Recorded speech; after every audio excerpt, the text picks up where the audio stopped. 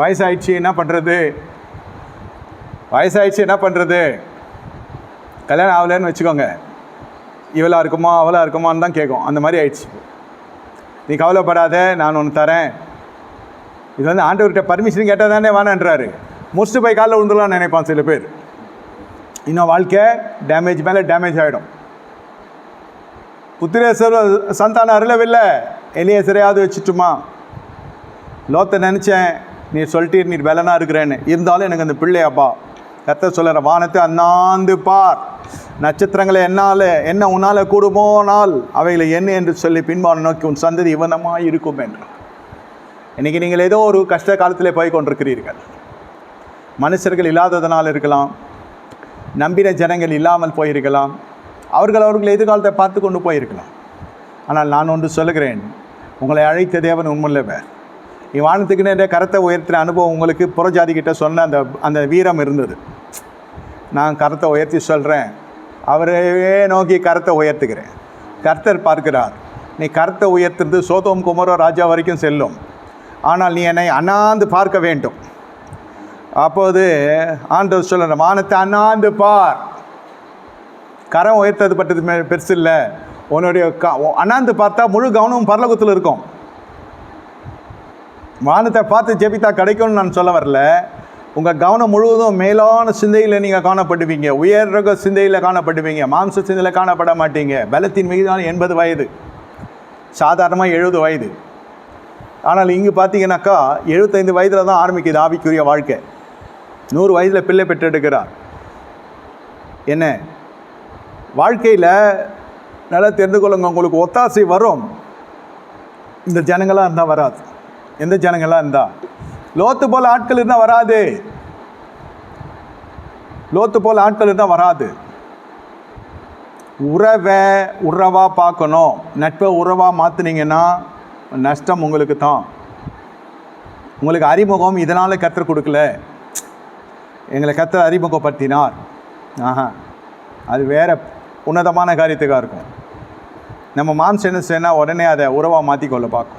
இது வந்து வயசு வித்தியாசம் இல்லாமல் எல்லாமே சபைக்குள்ளே நடக்கிற காரியம்.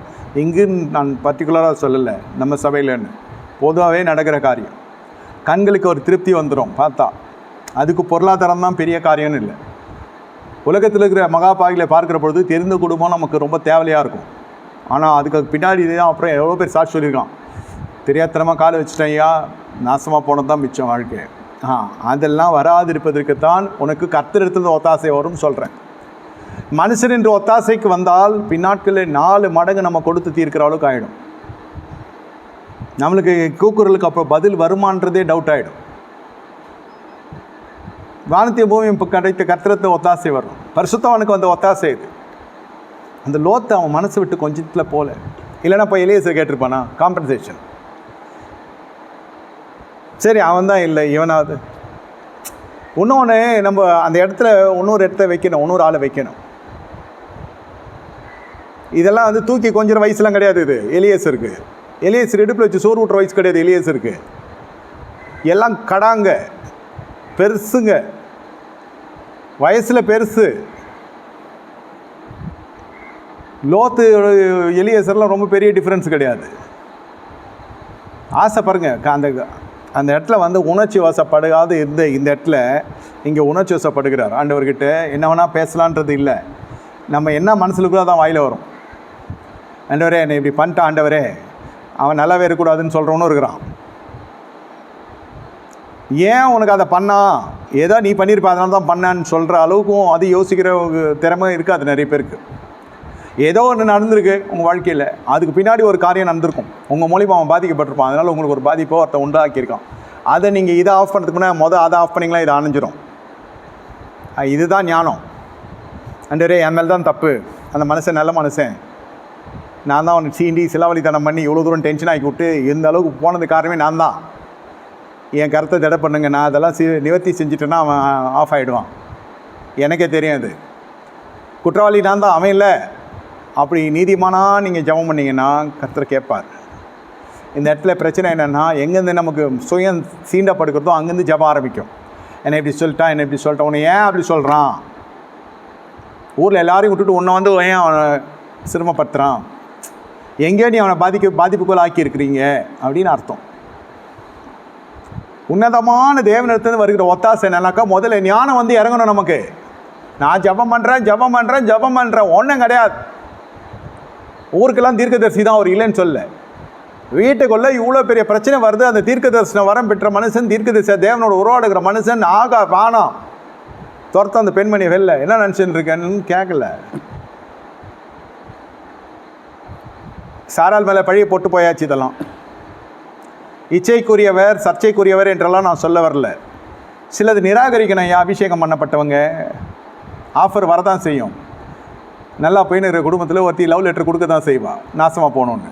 இது கர்த்தர் கொடுத்தாருன்னு எடுத்துக்க முடியும் சொல்லுங்கள்? அன்றைக்கின்னு பார்த்து நல்லா பீச்சில் வீட்டில் இருக்கிற வீட்டம்மா கத்தியிருக்கோம். வனாந்திரத்தில் வாழ்கிறது நலம். இந்த கோபக்காரிய ஸ்திரீயோடு வாழ்வதை விட வனாந்திரத்தில் வாழ்வதை நலம்னு சொன்னால், வனாந்திரத்தில் அங்கே ஒரு பட்டாம்பூச்சி வருது நமக்குன்னு. இது அடுத்தது எங்கே போவோம்? வயல்வெளி, அரண்மனை அப்படியா? இல்லை, சவப்பட்டிக்கு போயிடும். நேராக நம்ம சுடுகாட்டுக்கு தான் போவோம். பாடி பரிசுத்தத்துக்கு மறித்து போயிடுவீங்க. ஒத்தாசை வரத்துக்கு முன்னாடி ஞானம் வரணும் உங்களுக்கு. நம்பர்ஷிப் இருக்கிறேன்னு சொல்லி மெம்பர்ஷிப் பெருக்கிட்டான் வாழ்க்கையில். கர்த்தர் சொல்வார், பலிகை பெருக்கவே வானத்தில் அண்ணாந்து பார், நட்சத்திரங்கள் என்ன கூடுமோ என்ன கூடும். ஆகார் எதுக்கியா? எகிப்து தேசத்தான ஸ்ரீ. அப்போனா ஆகார் உள்ளே வந்துடக்கூடாது. இல்லை, வரும், எல்லாம் வரும். நண்டு சென்று நாய் பேய் எல்லாம் வரும். எல்லாத்தையும் கூட்டு போய் நம்ம படுக்கையறையில் வச்சுக்க முடியுமா? நிராகரிப்பு இல்லை வாழ்க்கையில். நிராகரிக்கணும்னு சொல்கிறேன். உங்களுக்கு ரொம்ப தேவையானதே கூட ஒன்று வரும். தேவைக்கேற்ற தாகத்துக்கேற்ற சாந்திக்கேற்ற ஒரு குளிர்பானம் வரும். அது குளிர்பானம்னு தெரியாது. நம்ம நோவாவை அப்படி தான் எடுத்து குடிச்சிட்டாரு பாவம். அவருக்கு தெரியாது போதனை என்னன்னே தெரியாது. ஐயோ, நோவோட அட்வொகேட் மாதிரி பேசுகிறான்னு நினைக்காதீங்க. உண்மையிலே அவர் பாவம் நல்ல மனுஷன். மழை வந்தப்போ இந்த கிருமிங்கெல்லாம் ஃபார்ம் ஆகி ஃபெர்மெண்ட் ஆகி அது அப்படி ஆயிடுச்சு. ஊத்தப்போனா என்னான்னு தெரியுமா? கிளாஸ் எடுக்க நினைக்காதீங்க, சமையல் குறிப்பு இல்லை. இது ஊத்தப்பம் எப்படி வருது தெரியுமா? புளிச்ச மாவில் தான் வருது, நல்ல மாவில் வராது. நல்ல மாவில் சுட்டா அது பேர் தோசை. ஆனால் பழைய மாவில் சுட்டா அது பேர் ஊத்தப்பம். சாதாரணமாக குடிச்சா கிரேப் ஜூஸு, ஃபெர்மெண்ட் ஆச்சுன்னா அது சரக்கு. அப்படி தான் மாட்ட தெரியும் நோவா. First time last time. Body ஒரு பக்கம், ட்ரெஸ் ஒரு பக்கம். நல்ல ப்ராக்டிஸாக குடிக்கிறவன் இந்த மாதிரி குடிக்க மாட்டான். கட்டுமஸ்தான் இருப்பான், கிளியராக இருப்பான், சிலுவை போட்டு குடிப்பான், சிலுவை போட்டு சைடிஷ் சாப்பிடுவான், கரெக்டாக வீட்டுக்கு போவான், கரெக்டாக வருவான். ப்ராக்டிஸ்டு குடிக்காரன். ஐயா பயங்கரமான ஆளாக இருக்காருன்னு நினைக்காதீங்க, சொல்கிறேன்.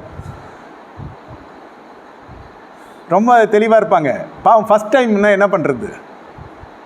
கடகடன்னு எடுத்து சொம்பளத்து போய் நான் கூட தண்ணி குடிக்கிறேன், ஐஸ் வாட்டர் நினச்சின்னு குடிக்கிறேன், ஏதோ கொடுத்துட்றீங்க. இல்லை நான் ஏதோ வந்துடுது பை மிஸ்டேக்கில். என்ன அவன் பிரசங்கம் விட ஏற மாதிரியே ஏறின்னு போவேன் எல்லா இடத்துலையும். கேசரி சாப்பிட்டாலும் நம்மளுக்கு ஆக மாட்டேது, கிருன்னு இருக்குது. எதுக்கு அவ்வளோ தூரம் போகணும்? இதெல்லாம் நிராகரிக்கிற வேண்டிய விஷயத்துக்காக சொல்ல வருகிற காரியம் இது. ஆகார் வேணாம்மா சாரால், கொஞ்சம் சொல்கிறத கேளு. வழிபாடெல்லாம் நின்று போச்சு. இப்போ வேறு ஆள் இல்லை. லோத்துனுடைய குமார்த்திகளுக்கும் இந்த ஆன்ட்டிக்கும் என்ன வித்தியாசம் இருக்குது?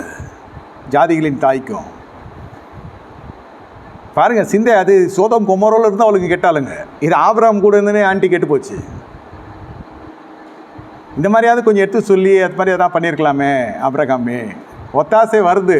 இது ஒத்தாசையா? ஆகார் உங்களுக்கு ஒத்தாசையா? யோசிச்சு பாருங்க. எல்லா வீட்லேயுமே நல்லா வாழ்கிற வீட்டில் கண்டிப்பாக கருத்து வேறுபாடு இருக்க தான் செய்யும், புருஷன் பெஞ்சாதிக்குள்ள. அதுக்குன்னு போய் நம்ம ஸ்பேரு இல்லை எக்ஸ்சேஞ்ச் ஆஃபரில் விட்டு வர முடியும். நம்ம இதை கொடுத்துட்டு வேறு ஒன்று எடுத்துன்னு வர முடியும்? நல்லாவா இருக்கும் அது? இல்லை அந்த மாதிரி பார்க்குறதும் பிரச்சனை வராதுன்னு என்ன கேரண்டி? நம்ம ரோபோ கூட வாழ்கிறோம். பெண் இல்லை அது, ஆண் இல்லை அது. எதுவாக இருந்தாலும் ஒரு பிரச்சனை இருக்க தான் செய்யும். சரீரம் இருந்தாலும் நோவு இருக்க தான் செய்யும். நீங்கள் பாட்டுக்கு இஷ்டத்துக்கு ஏதாவது ஒன்று தீர்மானிச்சுட்டு ஏதாவது ஒன்று பண்ணிவிட்டு கர்த்தர் கொடுத்தாருன்றது, இல்லை இந்த இதுக்காக ஜெபிக்கிறேன் ஆண்டவரே இது எனக்கு தாரும் ஆண்டவரேன்றது, கட்சியில் பார்த்தீங்கன்னாக்கா பெரிய பிரச்சனையை உண்டு பண்ணி பெரிய தழும்பு உண்டாக்கி போயிடுச்சு. நல்ல தீர்க்கதரிசி 2 போட்டாடிக்காரன் ஆகிட்டான். தேவ முகமும், ஆனால் தேவன் அதை பெருசாக எடுத்துக்கலன்ற மாதிரி தான் இருக்குது. அதனால் யோசேப்பெல்லாம் இல்லையா, ஈசாக்கெல்லாம் இல்லையா? ஈசாக்கு இதை பார்த்தே உஷாராயிட்டார். ஐயோ அப்பா எங்கள் வீட்டிலே ஒன்று வந்துச்சு